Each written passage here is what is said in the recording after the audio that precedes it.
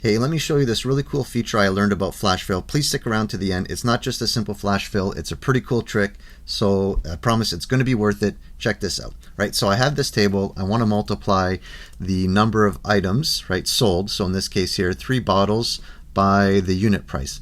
Now I'm going to get a value error, obviously, because there's text in the cell.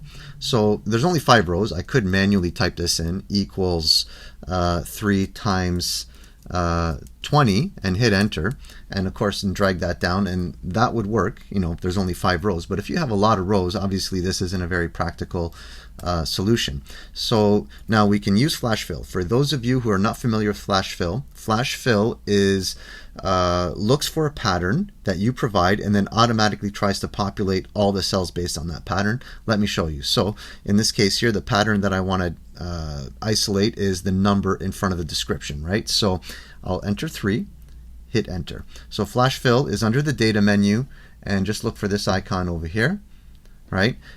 You can click on that, or you can do Control E, and that's the shortcut, right? And so you can see that flash fill went and identified the numbers in front of the description. And now from here I could do just a simple formula, but stick around. I'm gonna actually take this to the next level, right? So instead of just typing in equals my unit price times the amount, right, and then dragging that down, which is a very acceptable way of finishing this off, I want to show you a cool trick that I learned, right? And so what I can do is, let's just give it either, I've done this with the percentage sign or with the pound sign, right? So I'm going to enter percentage, the number I want to isolate, 3, multiplied by my unit price, 20, right, and hit enter.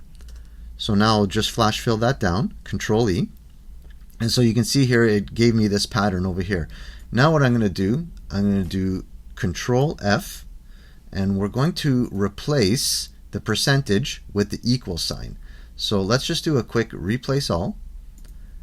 Alright, 5 replacements made. I'm going to hit OK and close, and check this out.